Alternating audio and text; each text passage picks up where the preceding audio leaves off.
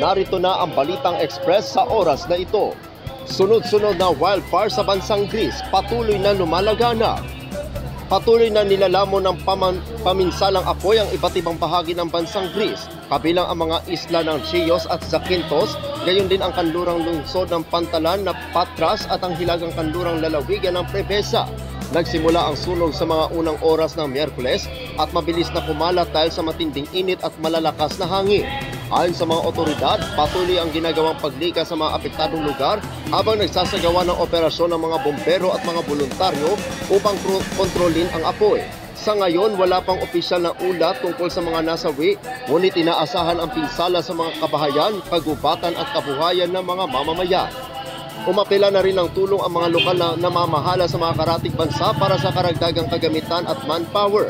Nananawagan ng buong mundo na panalangin at suporta para sa kaligtasan ng mga nasa apektadong lugar.